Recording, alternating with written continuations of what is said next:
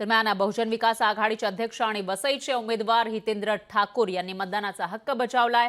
आवडीच्या उमेदवाराला मतदान करून आपला मतदानाचा हक्क बजवा असं आवाहन हितेंद्र ठाकूर यांनी मतदारांना केलंय।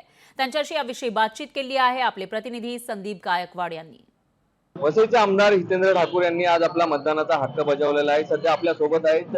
सर, काय सांगाल, एकंदरीत आज आपण मतदानाचा हक्क बजावलेला आहे, काय आव्हान असेल नागरिकांना?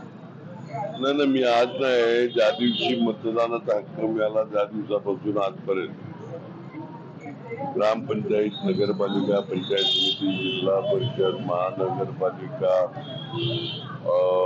आमदारकी, खासदारकी प्रत्येक वेळी वोटिंग केलेलं आहे।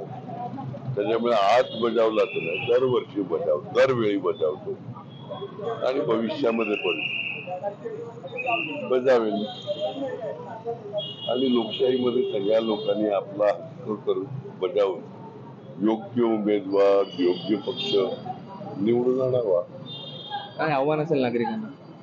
नागरिकांना एवढंच आव्हान आहे, योग्य उमेदवार जो तुमच्या बरोबर 12 महिने राहतो, इलेक्शनच्या वेळी पैसे वाटप का आणखीन काय करायला येतो त्याच्याबरोबर राहायचं की 12 महिने प्रेमाने विचारपूस करून का खंड पाजून आपल्या बरोबर राहतो त्याला जायचं। नागरिक तेवढे सुजाण आहेत। काल घडलेल्या राड्याबद्दल काय बोलतो?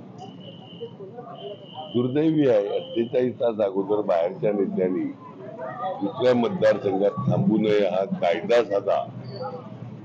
तर जनरल सेक्रेटरी, देशाचे माजी शिक्षण मंत्री, त्यांना एवढं पण शिक्षण नसावं याचं आश्चर्य वाटतं। संदीप गायकवाड, लोकशाही मराठी, विरार।